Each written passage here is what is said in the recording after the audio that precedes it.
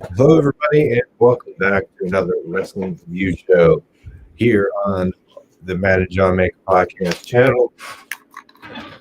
As always, we're going to talk about Raw, Smackdown, AEW, and NXT. This week, we're going to, lightly skim over. We're gonna have some fun, baby. Because, all marks, we are going to get into the Observer. Which I sent Matt this afternoon. I'm like, and because I saw some of the people who won this, I was like, oh, this is gonna be great tonight. Just because we want to make a big deal out of nothing, we're going to talk about that because we can.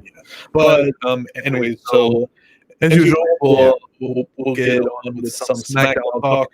Overall, a decent episode of SmackDown. Of course, the I would say the most noteworthy news that was with Bianca Belair. She has chosen who she will face at WrestleMania. To the surprise of no one, she will be taking on Sasha Banks. Go away, Reggie. Go far away. I like Reggie. Go away, Reggie. But so that's going on. We saw a little bit of the build between Reigns and Edge for tonight. Anyway, Daniel Bryan, he confronted Roman. Basically, he wants another chance at the title Because he says it was cowardly that Roman not waited, but faced him right after the Elimination Chamber match and not the main event of the Elimination Chamber, but the second match. I thought that was a nice little line there. So the whole stipulation was if he could defeat Jey Uso, he would then get a chance at Roman. I still think we're probably are getting that. Just based on everything that has happened here, I was shocked to see that Edge did not make an appearance at the very end there. Thought for certain that was going to happen, but that did not happen. Some other things. A tag team that I never knew that I wanted until tonight was Baron Corbin and Sami Zayn. What more? Get out of the way! That was hilarious. Between that and Seth selling the Cesaro swing had me dying. Just wielding his arms he was wielding his arms so hard and fast that his jacket came off, And he held on the mic, which added to it. So it looks like we're probably getting Cesaro versus Rollins at Fastlane, which that should be pretty damn good. So I'm not going to complain about that. Apollo has a new character.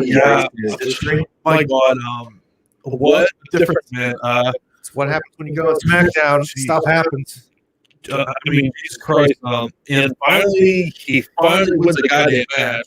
Finally, but Over Shinsuke. Right, but man, this is really interesting for him right now.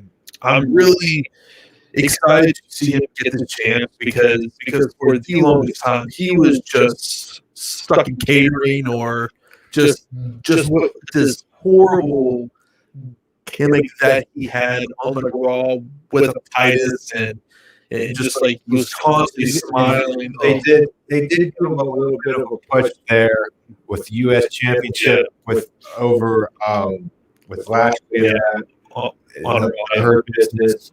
That was a good step, but it didn't last. No. Came to SmackDown. I don't think it started out hot, but they slowly built back up. Right. Used them, and now we have this feud with Big E, and I'm glad. I think about it. The Big E did not appear tonight. Sold the injury. Yeah.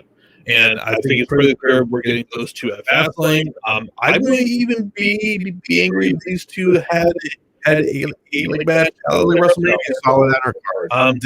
This has the potential to be a really solid feud, and to be perfectly honest, Matt, this has the potential to be one of their better IC title feuds. And that's saying something because with like Sami Zayn as champion, he was a great IC champion. So they're really doing good with that title right now. So I can't really complain about that.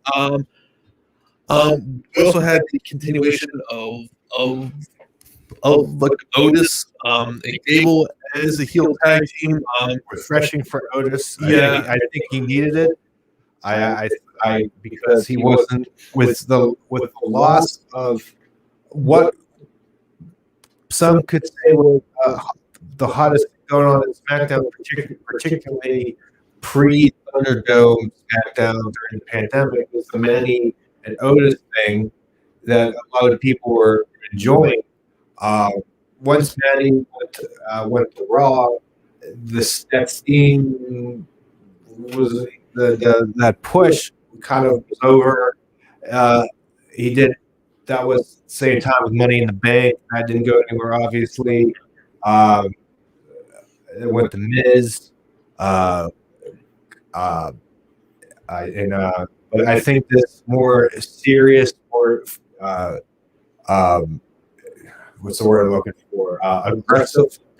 Otis is better for him. I think it suits him better right now. Yeah. Honestly, Gable's doing something. He's coaching him.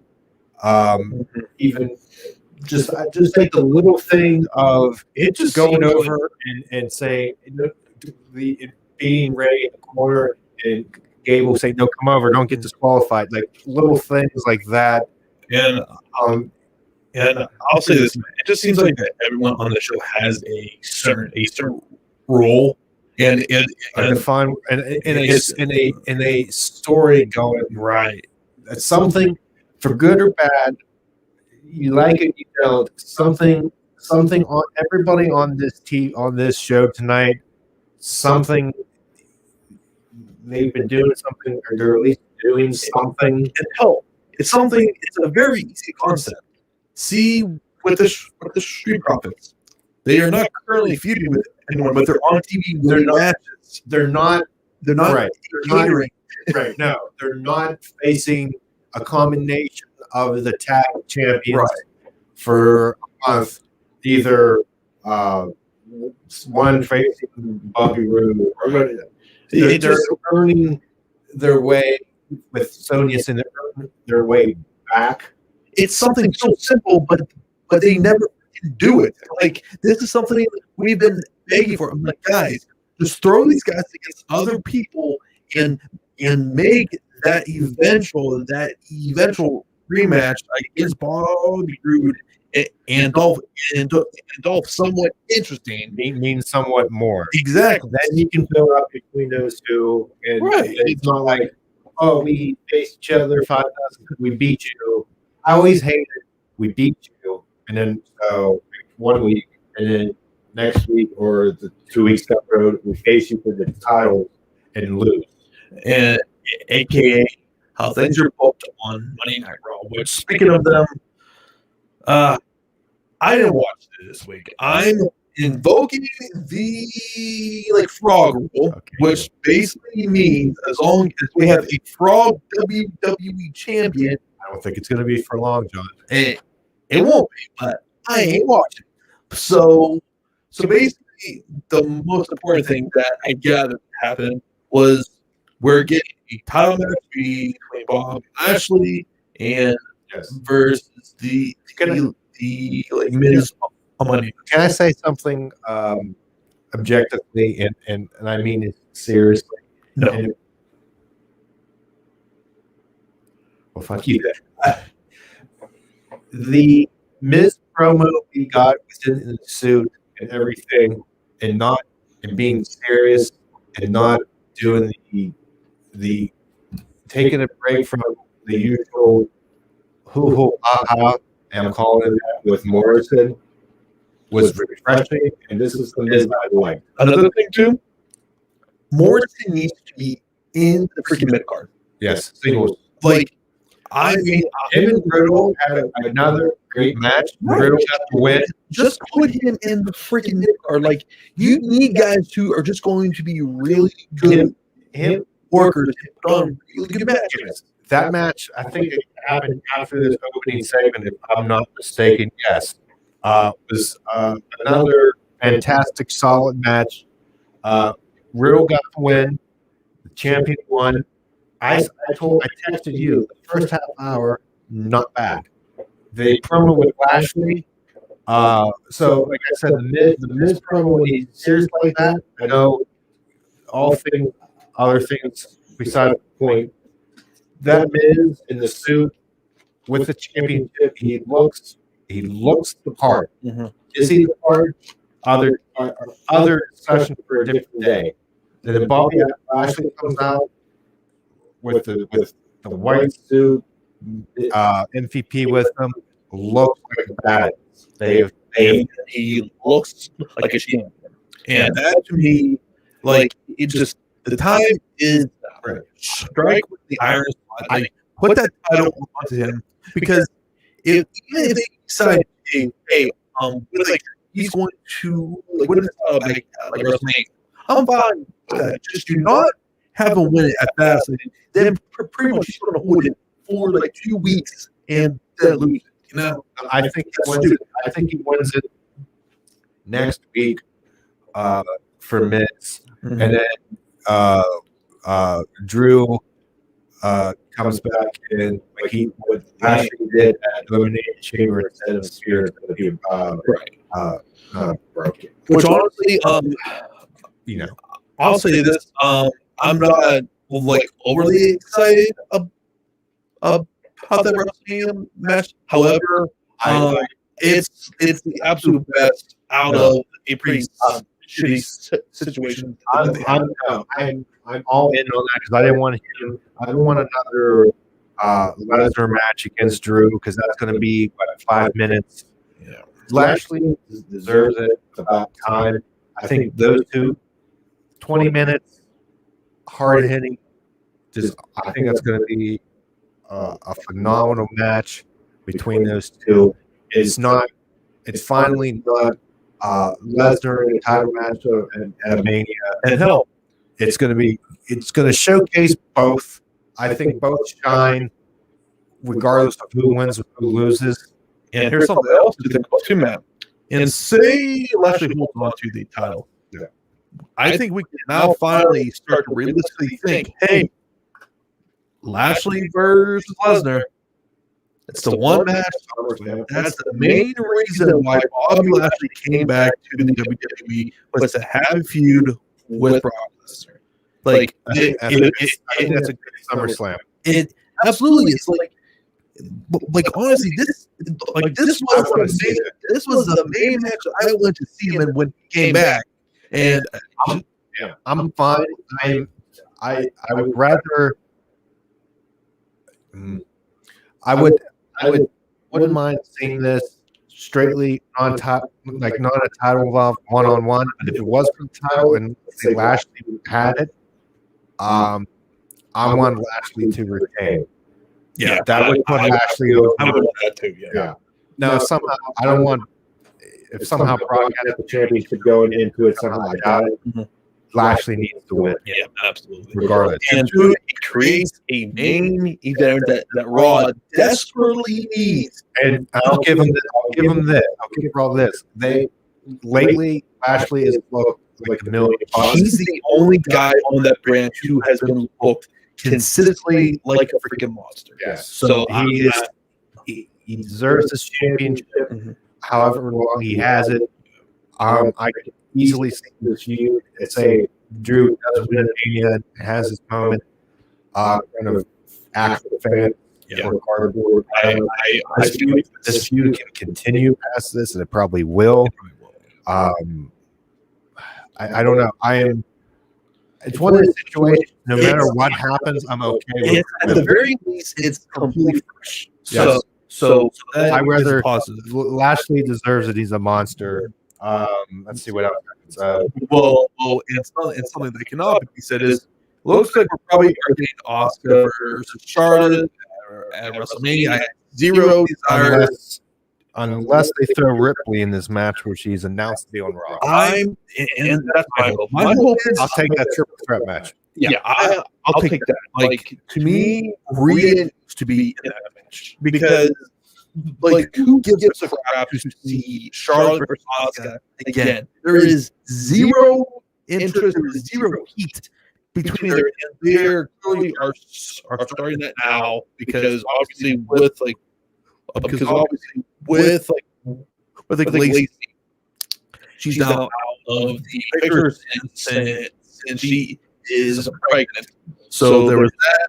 And you said Rhea, they're trying to promote her. Soon. Yeah, coming soon. So maybe at Fastlane, here, hopefully. I would throw like a squash match on Fastlane for Rhea. If you throw against on the paper.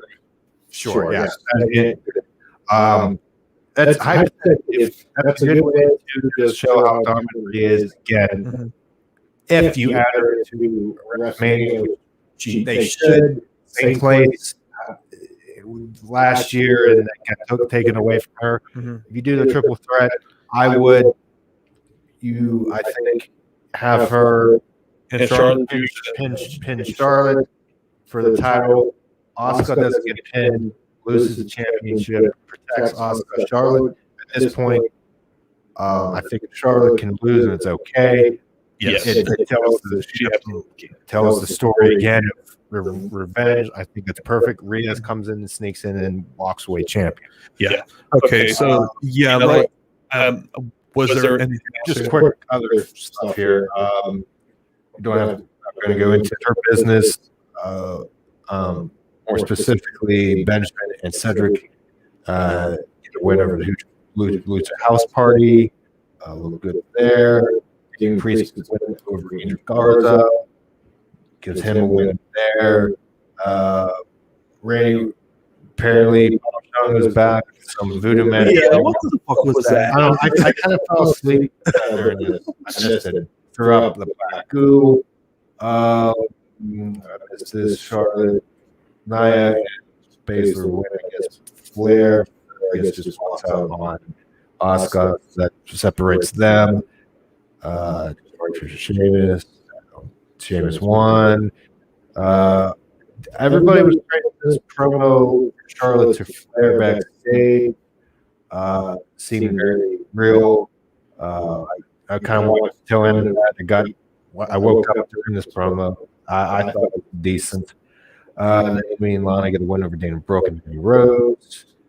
AJ Styles beats Ricochet.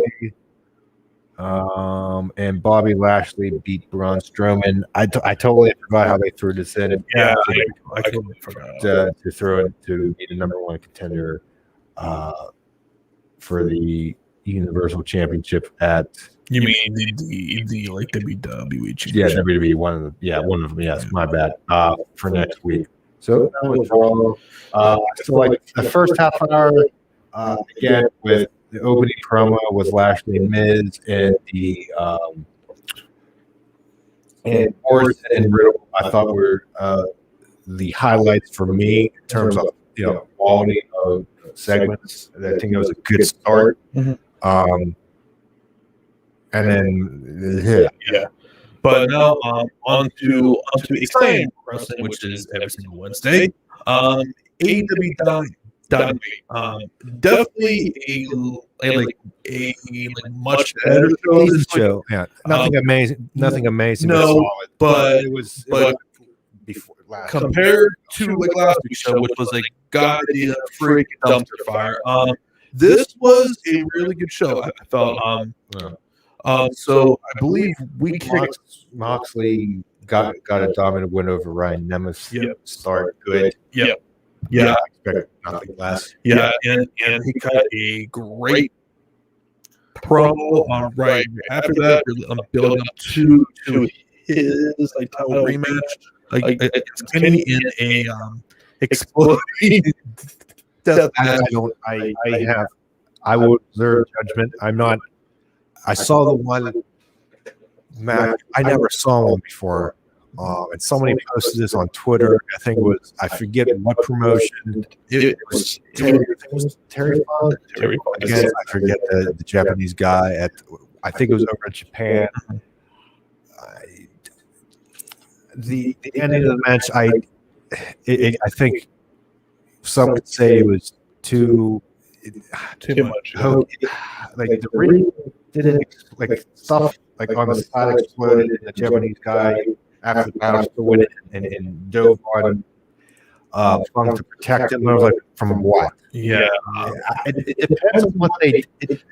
I'll watch. I'm going to watch the match before. See what they do before I have a reserve judgment to the match. I will say this. I think somebody's going to die. I will say this is probably going to be writing off like Moxley for the foreseeable future. He is becoming a father soon. On top of that, it seems like I think he's going to be off of TV for a while, which is probably for the best because he was a really good champion for them in this kind of putting a bow on this feud with Kenny, because in absolutely no circumstance he wins this. Yeah, and as he should, just because there's Moxley as champion. That was good, but it's time for him to move on. We had Rank 8 where he starts against Varsity Blood, getting win there. Yeah, this was a pretty good match. I am a big fan of like Brian Pillman and Griff Harrison as a tag team, a solo tag team, and Ricky Stark is just so freaking good. Just have him talk more, have him like wrestle more. Like that was great. But it's after the actual match, which I loved what they did here with both Sting and Darby. I think this was the best execution of these two so far. Yeah. Can I nitpick here and in reality here? And this is I'm not knocking it. I still like the zip line, but couldn't if this was legit? Couldn't Brian Cage just destroy him on the zip line? Yeah. Minus that reality thing. I enjoyed this. Yeah, that was just excellently done. This is the type of things that is going to make Darby Allin really stand out from everyone else, and his character is really strong right now, in my opinion. I'm really. These are the type of things, him being involved with Sting, that are going to really help him out, and I'm very interested to see what this match is going to actually be like on the pay-per-view. Are they going completely cinematic, or are they just going to have a street fight? So I'm very interested to see how that all plays out. Did you like this next segment? Yes, no, or maybe? Circle one. That Tony Schiavone interviewed Miro. And what do you think? I think I see a race mark over maybe, and we changed it to no. I'm gonna say fuck no. This thing sucked. Just anything involving Kip or Miro is going to suck. You know what's funny? I look. Minus Tony, I looked at everybody on the that was sitting down, and it was the most. One of these things doesn't belong. I'm not saying that because she's a female. The other guys are males. No, she looks like in a bubble. Yeah. She looks like a star. Exactly. I've been saying for the longest time, she's the actual star between her and Kip. Get her away from him. But it's just, and then there's Miro, who could be, but he's a flat idiot. I truly just don't know what the hell he's doing. Like I don't even feel like talking about it. Let's just move on. I just think you know what I did when I watched it today, real quick. You don't have to comment because you don't want to talk about it. I look back and I went from Bulgarian brute to this. That's all I have to say. I'll leave it at that. What do we have here? We had Brandon Cutler versus Jake Hager.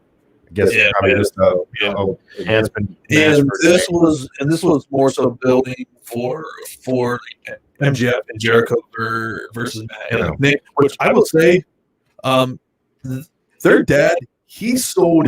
He looked like he was having a like that was actually really damn good. You know what? I'll give where was this Jericho and MJF at? I know. Like this was Not the hokey. Yeah, I was like, thank you. Yeah, like that was great. And thank you. And to see like MJF on the top of the SUV, just like I thought it was great. Those two were great. It was heels, yes. Like I could not complain about that. No.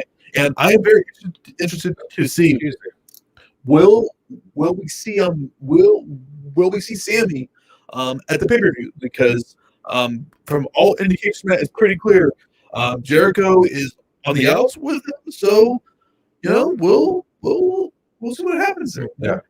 We got Heyman Page versus Isaiah Cassidy. This was a great match. Yes. I love this match. Like I think this was up until this point my favorite match from the show. Yeah, until probably the end. Yeah, they like gave this time. It's just like it was just a really fun TV match. Obviously Hangman wins. And I'm not really excited to see him versus Matt at the pay-per-view, but they're at least are giving him something to actually do. I do think obviously I think he's going to be joining the like Dark Order here. I'm still skeptical on how that's going to come off, but I do feel like that this is going to eventually play a like role. I'm watching this again because they had this embedded. I don't like how Hardy got ejected. Yeah, that didn't make any sense. Because when I watched it, I was doing literally this is he did some ill stuff. This is what happened. Dark Order told Barbara, did she do it? And she just assumed. I'm like, that made no sense. I was watching. I was kind of like on my phone, looking, multitasking, and I didn't see the full lead up. Yeah, I saw Hardy standing there, and I saw you're throwing out, and I'm like, yeah, it made no sense. I was like, the execution, which is terrible. Yeah, I just want to, I want to point that out. But otherwise, the match itself, I thought was a good. Hangman Page wins with the pinfall. Apparently, Omega is a roller now. Like this was giving me some old WWF vibes when Undertaker would be carving up his casket or something else like that. That was the sort of vibes that I was getting here. And why is Marquez always? He's a freaking stalker. He's a stalker. Can somebody tell me how he knows where? I don't know, but he hacked his phone. It's more smarter than we think. What is happening? He's in these random places that make no every time either Omega or Callis talks.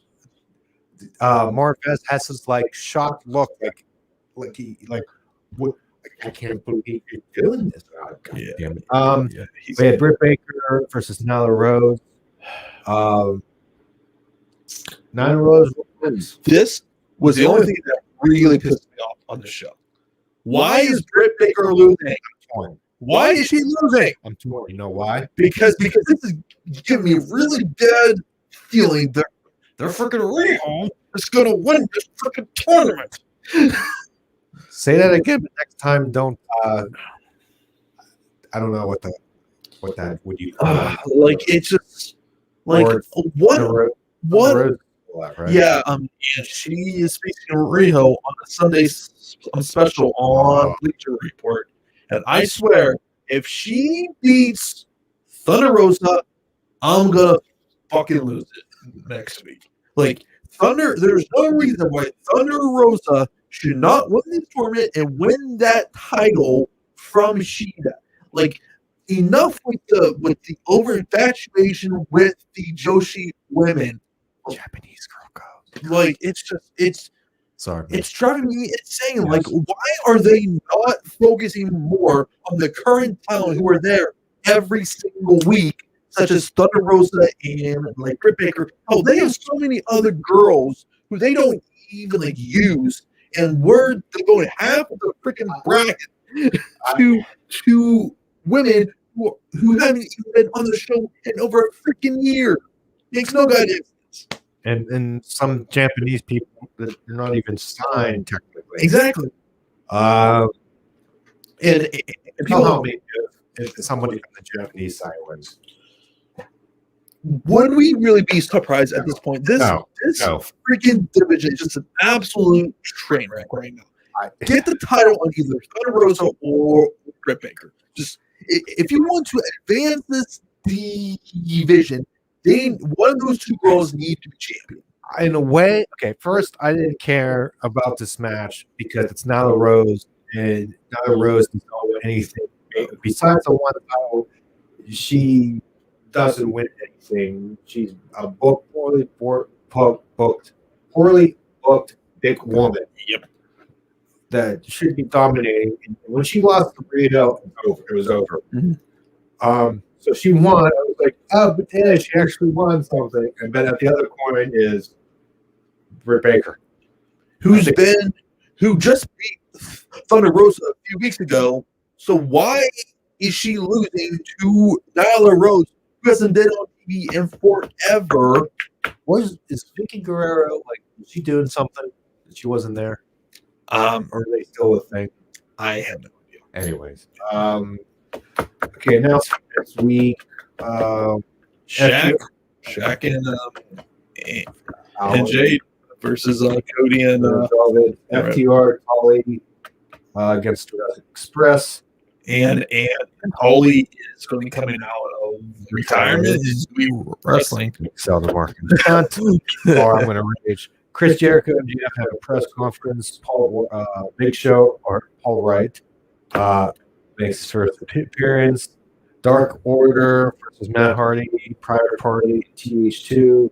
So Dark Order, Alex Reynolds, Stu Crews, and 5.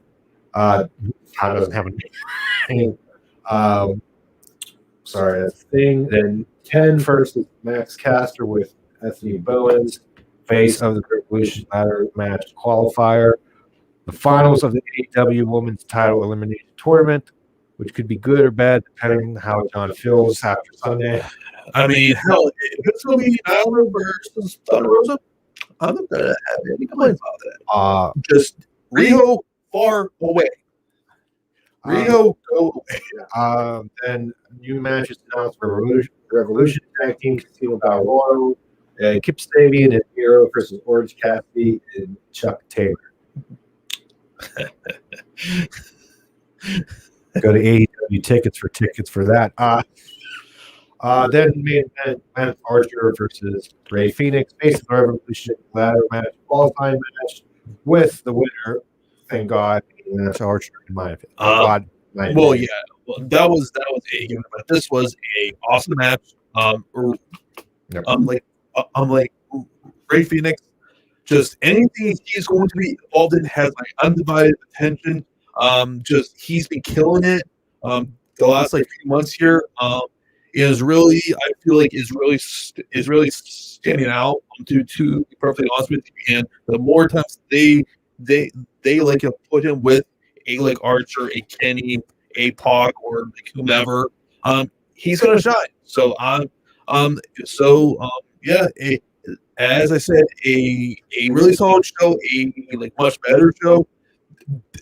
This company needs to be a little bit more consistent. There have been too many weeks where they will have a really good show and a really bad show, and typically the really bad show is the show that is actually live, and the tape show turns out to be pretty damn good. So that needs to be freaking fixed. But a solid show nonetheless. Now we're going to move on to NXT now. Yeah, we open up with Johnny Gargano versus Dexter Lumis with the rest of the way at ringside, and Stockholm Syndrome, I think, is kicked in. I think a different way of doing the Lumis abduction thing instead of being afraid. Theory was more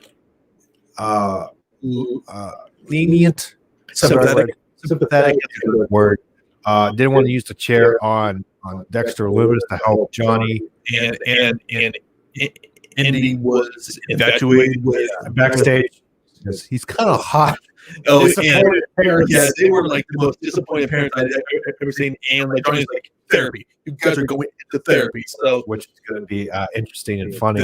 But I like the subtle with Indy being kind of not kind of taken over with Dexter Lumis. The subtle things she was doing, I was noticing outside the ring during this match. I noticed it was like, do you think that she could possibly be his like valet? Who, Dexter Lumis? For Dexter Lumis. Would that fit? I want to say no for now, because I think she's better. I like her better as the female underling for Candice in the way. I think it balances it out. I can see maybe at 1 week where she does try to come out with them, maybe, but I don't see that as a permanent thing. I don't think her character and her personality really fits it. Because to me, it needs to be someone like a Scarlett who doesn't really talk too much. I think it would benefit. It could benefit him to have somebody to talk for him. I think so. Even though he kind of talks with his facials, which is good. But I know Indy. No, I think he needs to stay with Way. But Dexter Lumis gets the win here after Austin wouldn't use the chair and all that. Regal's looking around for Santos Escobar. Get a package for MSK, which I think was pretty good for their history. And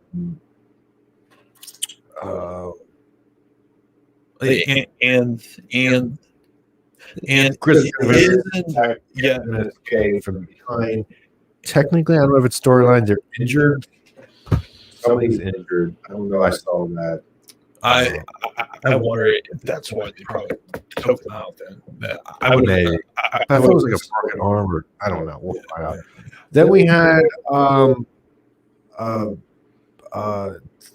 Tyler Rust versus Leon Ruff before the match. Isaiah Scott attacks Leon Ruff. He'll swerve. He'll swerve. Yeah, I love heel swerve too. Tyler Rust is boring as freaking bricks. If the gimmick, I'll say this: if the gimmick is Malcolm Bivens overhyping somebody who's not as good, I'm fine with that. Then kudos. But if not, no. Like it just, my God. I'll give Tyler Rust this. He's good in the ring. I'm impressed with the ring, but I don't. But at this point, everyone on NXT is pretty good in the ring. Like, fair. But I'm saying we need something here. You know, if the gimmick is he's like, I think I'm better.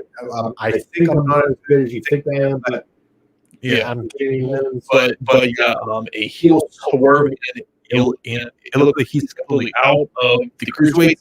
Thank God. I am very much looking forward to him.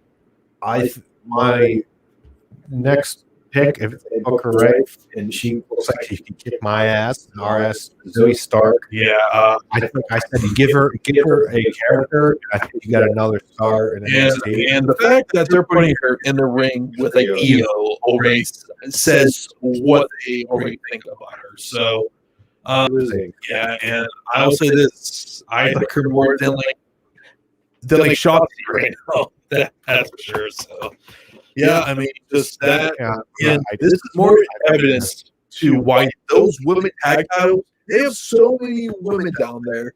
I don't see how that Raquel and Dakota do not win. Get those freaking women's titles and supplant that on NXT, where because there's so many women down there.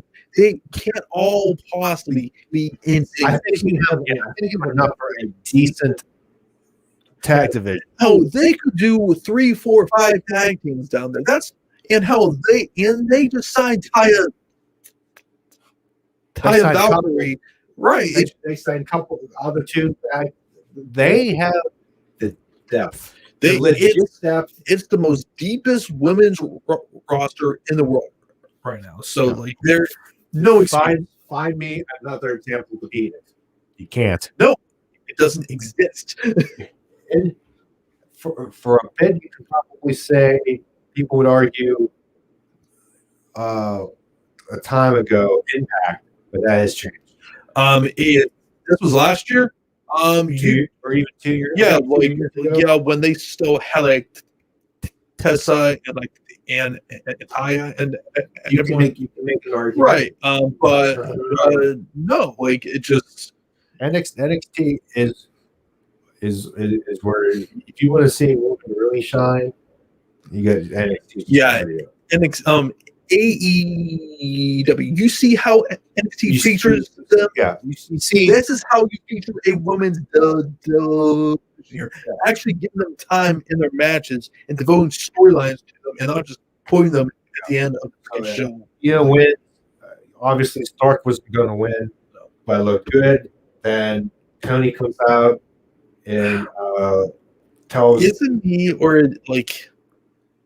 I'm having a hard time connecting with Tony as a heel right now. I don't know what it is, but something is against it. You like that ass too much to hate it? Well, I'm talking about her character, asshole. All joking aside, not to objectify to Tony Storm, but I think the reason is maybe at least the story, like we haven't seen enough. Yeah, it's just weird.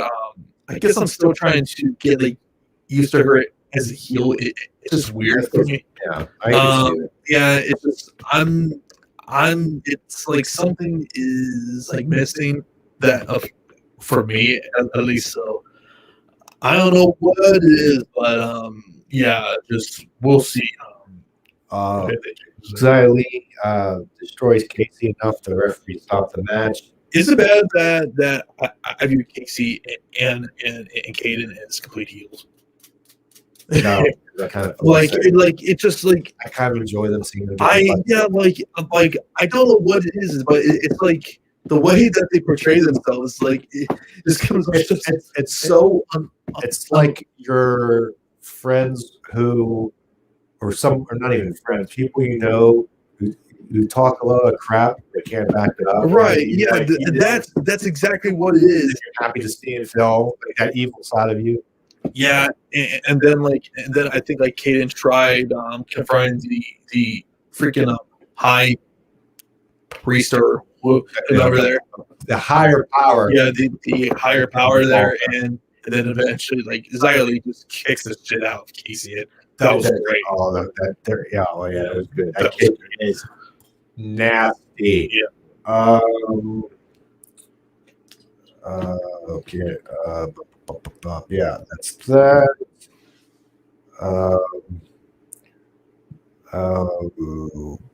Cameron Grimes is terrible with his money, and he apparently doesn't know what the whole dribbling the freaking basketball from the $1 million man. I still enjoyed it because it was the second segment. He goes to the people sitting in the parking lot, and he goes up to, I think, was it the signee who used to play WNBA to basketball, and she kind of just she just crossed him up. Yeah. And then the last one, he goes 1, 2, 3. Yeah. And then he still leaves the money. Yeah. What are you doing? He's so rich. He's okay.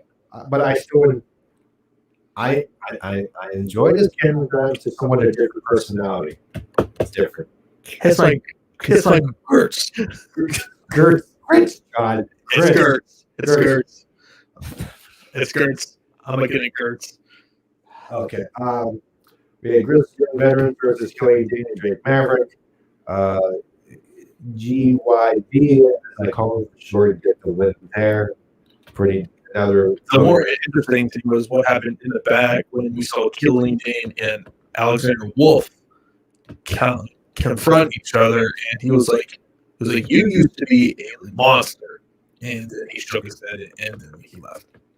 So yes, so Imperium, interesting. Yeah, I totally forgot about that Wolf happening, honestly, until you brought it up.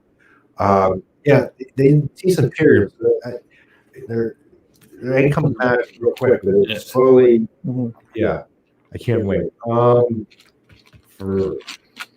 reboot Imperium on NXT. Then we get the no DQ match, Karrion Kross and Santo Escobar. This surprised me in a good way. I like the hot shot out in the parking lot. They kicked the crap out of each other. I was surprised to see how much that Karrion Kross actually sold in this match. I wasn't just expecting him just to be a complete massacre. To me, it was more okay because there's people there. Yeah, but I was just more so surprised that but they did make it look like a damn badass. Yeah. I'm starting to wonder though, especially with what they're going with Adam Cole. I'm not sure. I wouldn't be against seeing Finn versus Adam Cole over Finn versus Cross. I feel like that, especially now with everything going on. I feel like Cole versus Cole versus Finn makes way more sense right now. Oh, right now it does. I think it's this. I don't think you want to. I think they're slow building Karrion Kross and maybe just making sure his shoulders not kind of out and two, because I think you have Adam Cole win the title back, and that leads right into him versus Kyle O'Reilly there. Which, if you guys have seen any of them in the Ring of Honor, those guys just beat the absolute tar out of each other. Hell, Matt, I think actually when we were down in Dallas, we saw those two in a street fight where Cole just wait, what? Alex Warner's TV tapings on that Saturday. You probably don't. Honestly, I don't. Yeah. Adam Cole. Now. Yeah, it was Adam Cole versus Kyle O'Reilly, and they had. I think it was a street fight or something, and just beat the living hell out of each other, and that wow. And we'll just kind of lead right into that is Adam Cole back as the top heel of the Undisputed Era is essentially dead, being pretty much it's dead now. Yeah, it's time to do the interfeuds. Yeah, and this, I feel like NXT really needed something like this. Is Undisputed, like, no pun intended, the Undisputed top guy, in my opinion, is still Adam Cole when he's completely on his game. Like, there's no one on that brand who can touch him. And to me, I think it makes a ton of sense to put the title onto Cole, and I do think that they are going to eventually have like Finn back either like Raw or SmackDown because supposedly when he came down, they were short term. Yeah, it was supposed to be. I think he said only 3 months. about like 3 months. So I feel like that's probably where I would go.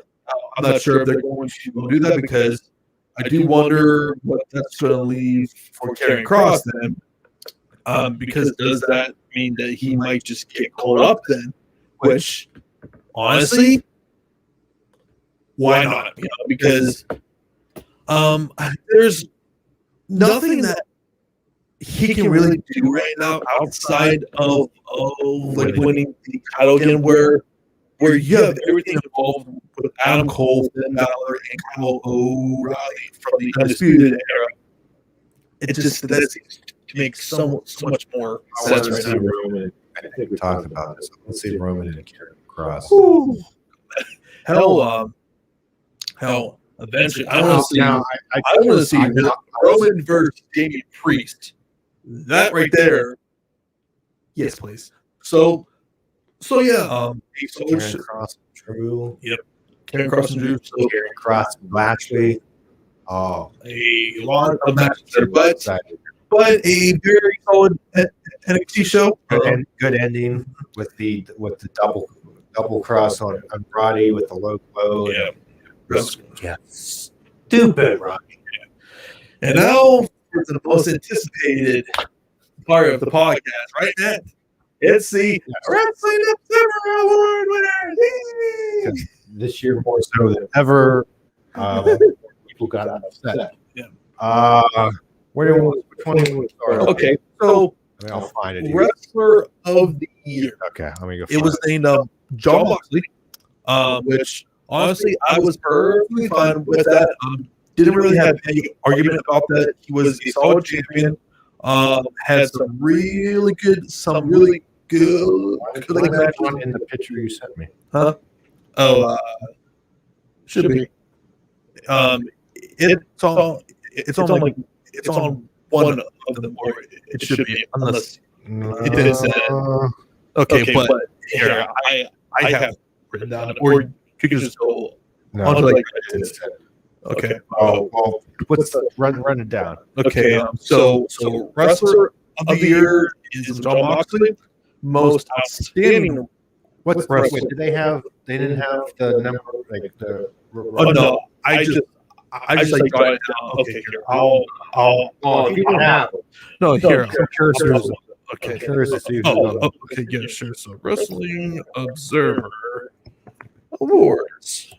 Because I don't. Yeah, it's on.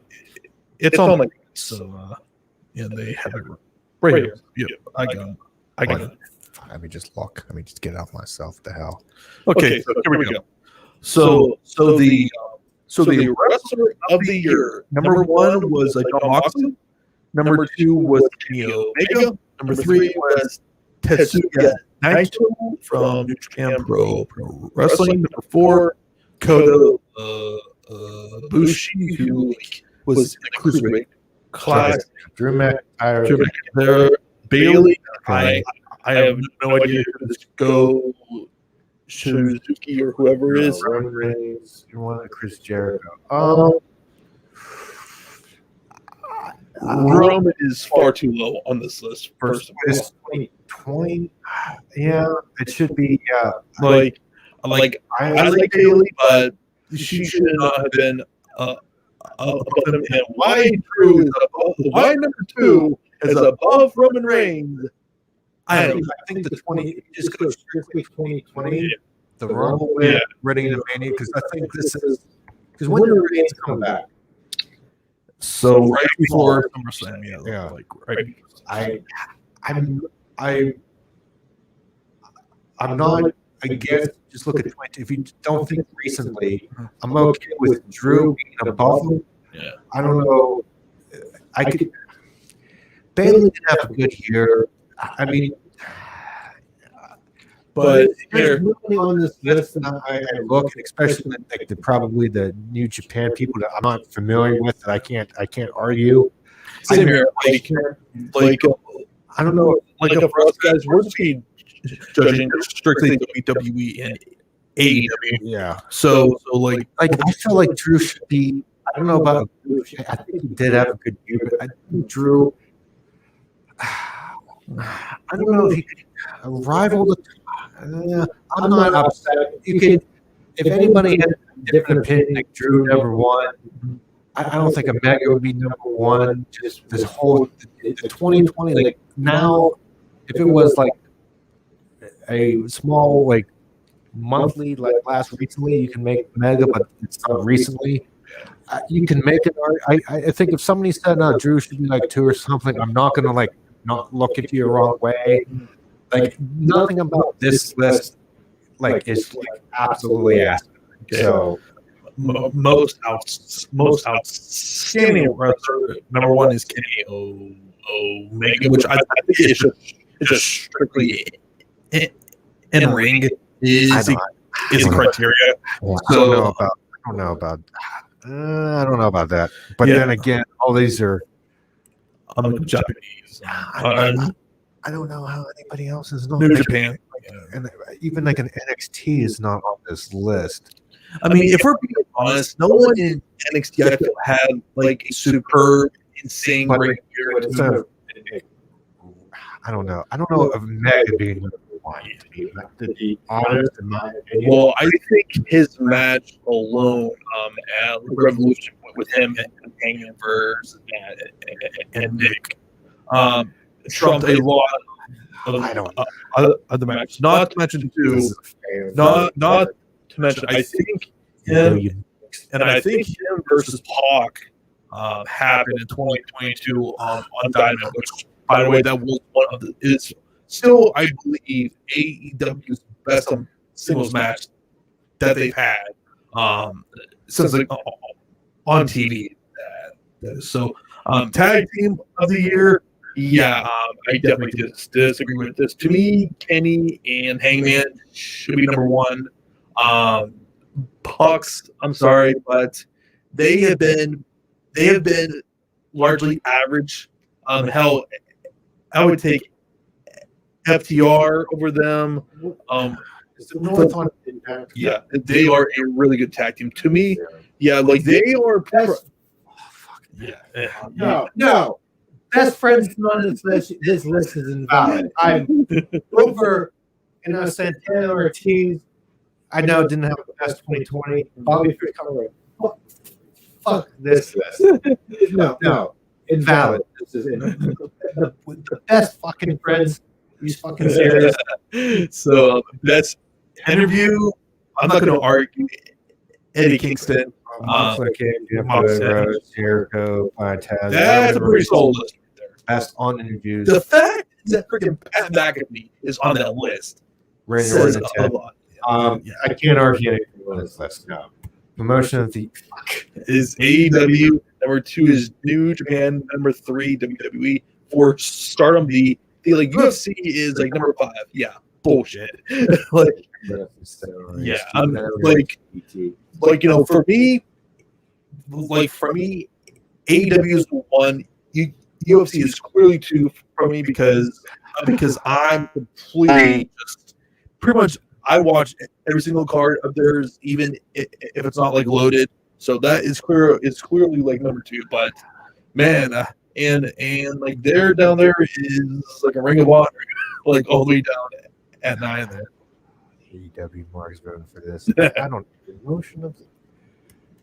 I mean, I think it's valid. I'm not completely angry about that. Like, yeah, I'm not completely angry. Like, I just they like have their faults for sure, but just on the WWE, say they have a Monday Night Raw. I don't think that I need to say anything Smackdown on that. NXT. As I said, they have Monday Night Raw. That's all. That's what TV show. Of course, these people that watch it. How is AEW dark over SmackDown?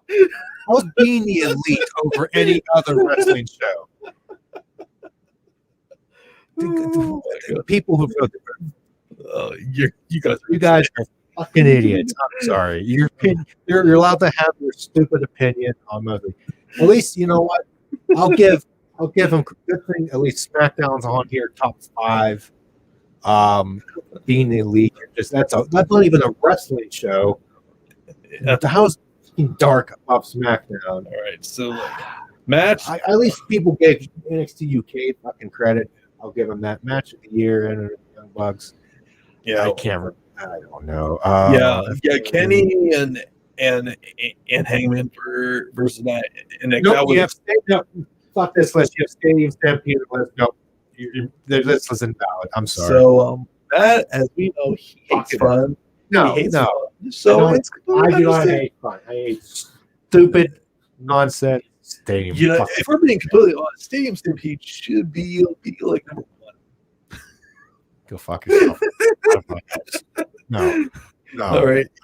U.S. and Canada. No. NXT. No takeover match on here. Fuck you. Category B. Yeah. Okay. So U.S. and Canada MVP number 1 is John Moxley. Yeah. Like we're gonna skip these. Japan. I don't know about Moxley. I can see one. But I don't know about one. I don't know, but I can't. Here's a great question. Can you realistically make a case for anyone else, and even for someone as someone in like Roman Reigns? He did not come back until July. Right. This is just strictly 2020. Whereas like Moxley had like lost one match, which wasn't even in. Was part of a like tag team match that he was in. So true for his 2020 as a whole. If he did not lose against Orton, I would probably say yes. But to me, that really hurt his style. That's fair. I'm not like overly upset. I'm just trying to like. It's one of those things. This is one of those lists that a legit debate would be good. You know what? I like Bailey being on this list because she did have one of her best years. You can maybe argue, could you go up a little bit better? I'm surprised School's on. Good recognition for Cole. Yeah. Okay, we don't watch Japan, but Europe MVP. Number 1 is Walter. I'm not going to complain about that. 2 is Will Ospreay. Ospreay is Zack Sabre Jr. Dragunov. He got something. Not heavyweight. He got some love. Takahashi. Sorry, Allen. Mysterio. Phantasma. I am surprised Mysterio's on this list. I think that's more on like reputation more than anything else. Right. But to me. Yeah, I'm not going to really argue with like Bailey. Sasha Banks on there, yeah, but to me, Bailey was the clear MVP as far as I can't. Io Shirai, Shida over higher than Io Shirai. I think so. Yeah, I don't. Think about this, Matt. When they were in the very beginning of the pandemic, what was carrying basically Raw and SmackDown every single week? It was Bailey and it was Sasha. No, I'm talking about Shida over. But Shida. Oh yeah, yeah. Oh that. Okay. Yeah. Bailey and Sasha. Okay. Yeah. Right. I can't. Thunder Rosa should also be higher. But I don't know about the Gilia number 7. Yeah. I don't know. Britt Baker up there for Indeed. Best box office draw. Conor McGregor. Clearly, Conor. Like anything else, we're not going. Well, to me, like Masvidal, he had a really good 2020. Him versus Usman did, I believe, like 1.3 million buys, which outside of Conor, no other headline card has done that in quite a long time. So to me, he should be like number 2, and like I don't know. I think like number 3. What is the criteria for bulk? What draws what? Like I don't know. I mean, well, especially in 2020. No. Well, especially in 2020, Matt, like without any crowds, how can you really? I can't. Habib and Conor, you can tangibly, even Masvidal, the UFC, you can tangibly, with the ratings. Anybody else? I don't know, like I don't know, like Young Monk, I don't know, Cody Rhodes. I can't.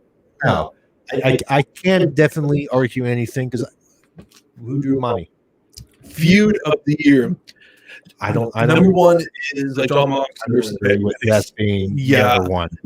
And do not get us wrong. That was a very good feud. That was a very entertaining feud. But to me, Jey Uso, Roman Reigns objectively should be higher. Hell, Kevin Owens and Roman Reigns. But isn't that more 2021 too? No, because that actually happened in late November into December. But the Jey Jey and Roman, that should be top 3. I don't think. To me, FTR Young Bucks build wasn't the best. No, that should be low. That was Randy Orton, I think, should be a little bit higher. The build to that I thought was better. Yeah. I think number one to me should be Roman versus Jey. That to me just Moxley and Kingston was good, but it was short, too short. I will say Cody versus Brody Lee, that was really good. That was good. I don't think it's too. See, these are the fans found this obviously are just strictly AEW with some nods. Mm-hmm. No, I don't agree with this list. Most improved Baker. I'm not going to disagree with that. Okay. Jungle Boy should definitely, I feel, be up higher there. Again, I don't know. Tachi and Silver, I don't know if you should be that high. Tay Conti has improved a ton, but I don't think that was really shown in 2020. More so in 2021, where you're really seeing those strides there. But to me, absolutely, Baker. Most charismatic. Number one is MJF. Number 2 is this list is in fucking valid because Orange fucking Cassidy, who has not a charismatic character bone in his body on his character, is number fucking 2 above Eddie fucking Kingston. And how is Ricky Starks number 10? Who the fuck? Who? What? Boy, hell, Orange Cassidy over Eddie Kingston and John Moxley. Who over Cody Rhodes? Come on, guys. In the upside of the awards here, the Brian Danielson Award. Daniel Bryan is on what is up. Yeah, I'm not sure. Zack Sabre Jr. I can't argue that. But really, to me, I mean, Thatcher. Actually, I have Thatcher number 1. But that's I don't know about that's just me. But that's just me there. I don't know about this technical. Yeah, he shouldn't be on this list. If we're just talking just strictly technical, Sabre Jr., Daniel Bryan, Jonathan. I don't know. Gresham in a Ring of Honor. He's really. But Thatcher absolutely should be. Brawler. Hell, I would even put on that list, Matt, Thunder Rosa as well. Really good. A really good. Can't argue that. Really or even Serena, Thunder Rosa, sure. The Bruiser Brody Memorial Award for Best Brawler.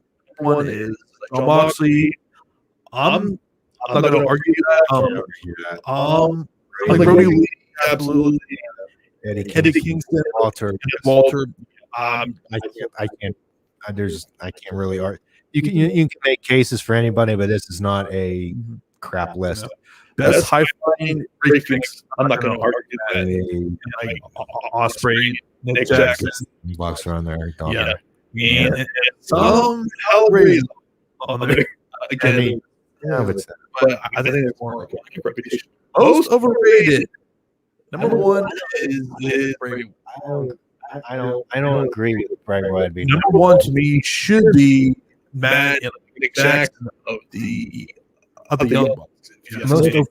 I don't think I don't think no. It's not like he's been. I don't know.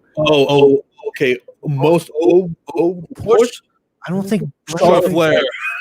Charlotte No. Flair is number Nia one. Jax. Charlotte Flair is number one. Goldberg. Goldberg, yeah. I don't. Him beating the Fiend too. Who's evil? He's in like New Japan. He beats Okada. Yeah, I think he beat Okada, which everyone was really pissed off. Like how all this is WWE thing except for Cody Rhodes. That tells you something. There's something. Yeah, there has to be people. Yeah. No, you know who overrated? Most overpushed 2020. Orange Cassidy. How many times he come, especially the Chris Jericho feud, he's been overrated for pushing. He's on the fucking list, of course. Most underrated number one is I Ricochet. can't argue anything about this. Ricochet, Chad Gable, Riddle, Cesaro, Mustafa Ali, Keith Lee, Tomohiro Ishii, Ray Phoenix, and Alex. I can't argue this. Any of this. And Rookie of the Year, number one and like number two, I feel are absolute. I'm spot on. Pat McAfee, Anna Jay. It's a shame too.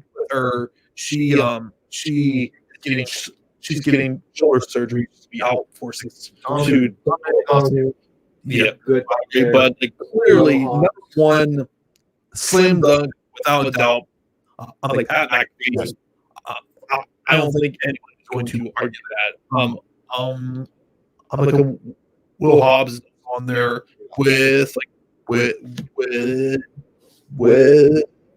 top flight too. Best non-wrestler, Matt. Number one is Taz. 2 is Paul. 3 is Don Callis. And something you said too is where was Tully on this list here? AEW. Right. I would play some Jake. Right. I'm more surprised. Adam Pearce. I'm shocked at Selena Vega should be 20. I agree with that. No real besides like Paulie. I'm trying to think of anybody else on. You know what? Technically, well, Selena was not wise. I wouldn't mind seeing an MVP on this list. He should. Definitely, if not, he should feel an extra kind of. Well, even though it's award nothing. Scarlet. Yeah. Best TV announcer. Number 1 is Kelly. Number 2, Kevin Kelly. Number 3 is Tony Schiavone. Number 4, Jim Ross. Those were and Wade Barrett. Number 7, Chris Jericho. At number 8. I'm not the biggest fan of Excalibur. Him being one, but like I will say though that TV announcing in general has been not good for the most part. I felt like to me if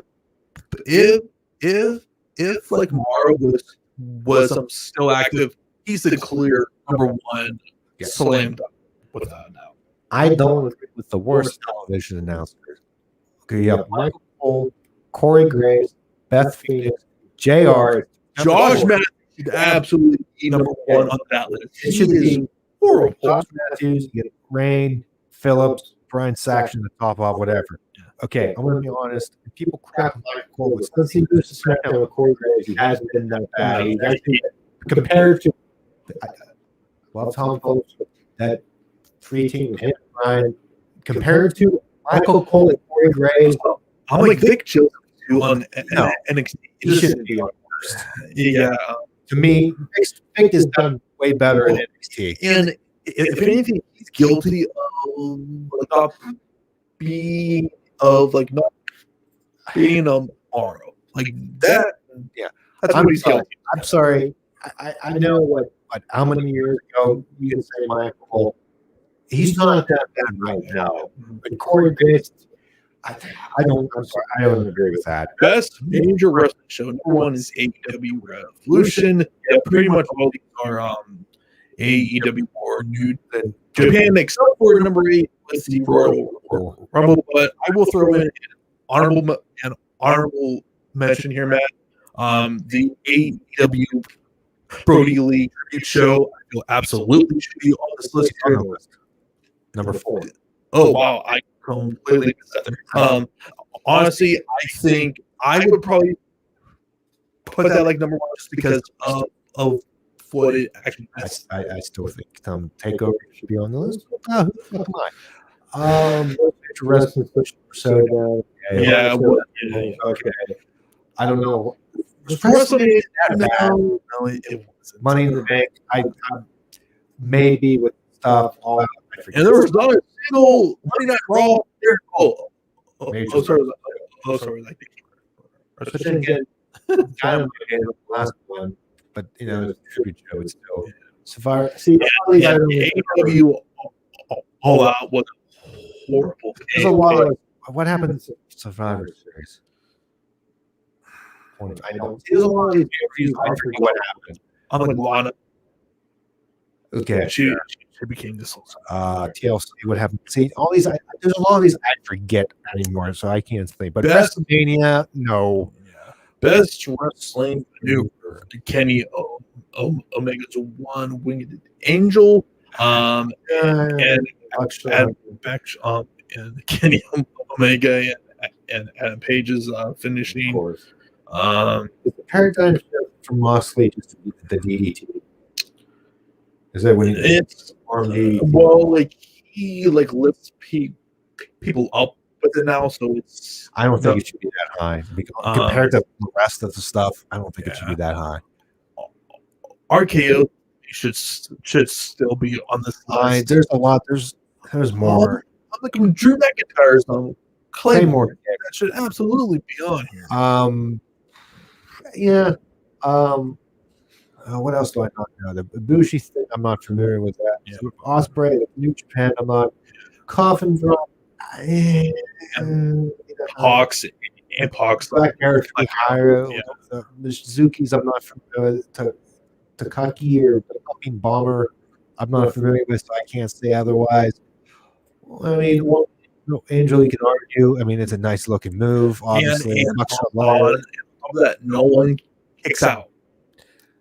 That's true. So I can't argue that, but other things should be on their most disgusting promotional tactic. I'm not going to argue with that. No. So like offering without COVID test. Yeah. But to be absolutely AEW, how they handled Matt Hardy and Sammy definitely higher on this list. Is the Rangers Triangle a promotional tactic? Well, technically, since it was, an eye for an eye. Technically, yeah. Dana White attempted to run a show in the name. Yeah, just that. Well, this was basically when the pandemic was just starting. Like Dan was going to run a pay-per-view that would have been completely unsanctioned, which that would have caused a lot of problems. So thankfully, that actually didn't happen. Well, the WWE Continued Play Wrestlers section was called allegations that they. I guess that is. I'm looking up but if they didn't find anything, how can you? If nothing was found, I think they're talking more specifically of Velveteen Dream. Just say Velveteen Dream. Yeah. I don't know. Worst television of Raw, sure. How's SmackDown on this? How is NXT on? No. Wow. NXT was fifth. I was 5. Why? AEW marks with this show not being objective. Worst match of the year: Braun Strowman versus The Fiend in the and I would also throw him versus The Fiend at SummerSlam in that god awful swamp fight. Well, I thought isn't that what that happened next? I don't even remember. No, they were actually two. Goldberg for The Fiend, sure. Matt Hardy, Sammy Guevara, sure. Edge versus WrestleMania. I don't think it was the worst match. No, but shit went on way too long. But that's not the worst. Bray Wyatt versus John Cena. Was Lesnar Ricochet? I don't know. Was it Wyatt breaks versus wall? Cena Yeah, that Spur bad? break breaks for sore. Yeah. Ringer versus Fiend TLC. Yep. That was bad too. Was that the one with fire? I don't think when he got him on fire. Yeah. I don't think. How was Braun Strowman defeated at number 10? No. How the fuck is the stadium stampede on here? Oh, because the crowd ate bucks. That's good. No, why would they put something on there that was entertaining and fun? That was the worst. Edge, Randy Orton, Bray Wyatt, Cena was in. Worst feud of the year.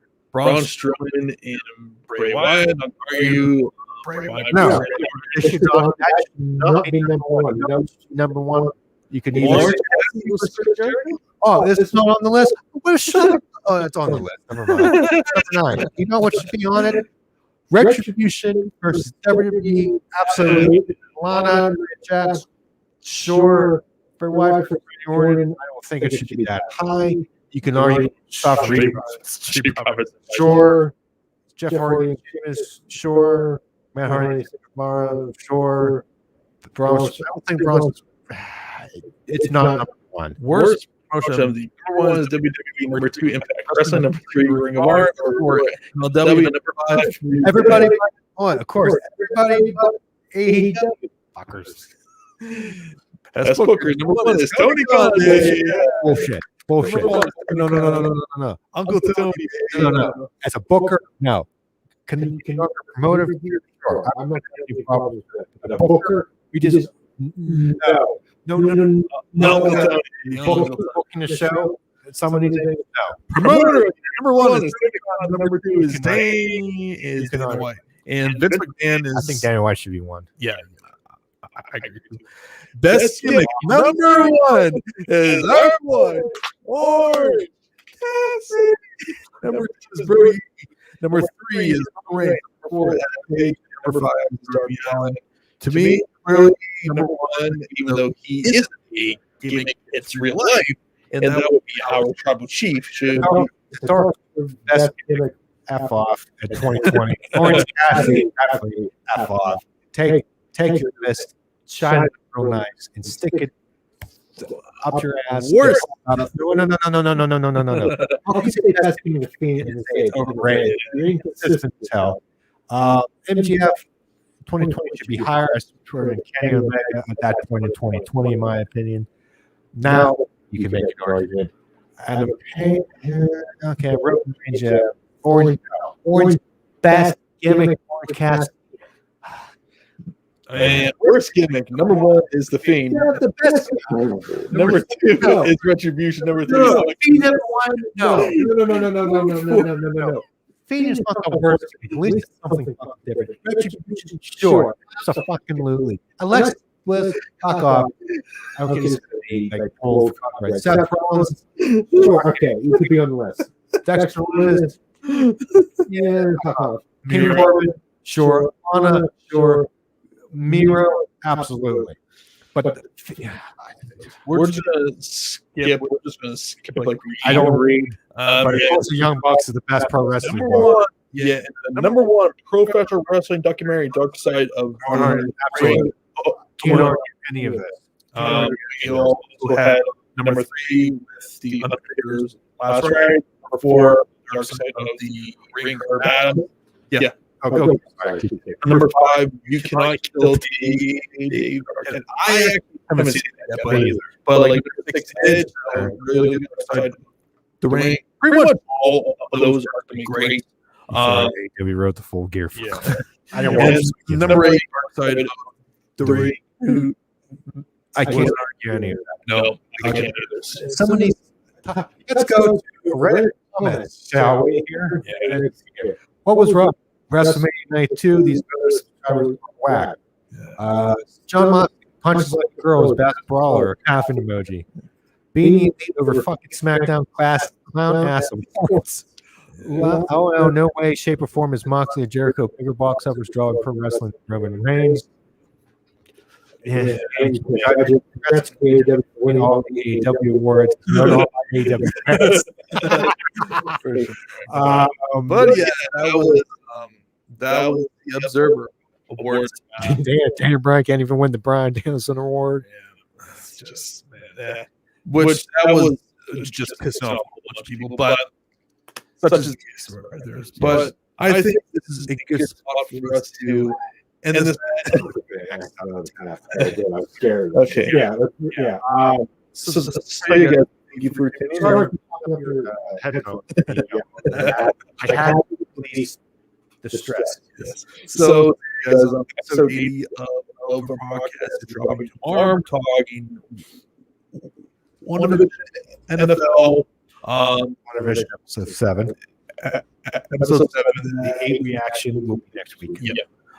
So yeah. Like, comment, subscribe, follow us on Twitter. I will be reading along for tomorrow night's UFC card, so stay tuned for that. So for Matt and John, we shall see you guys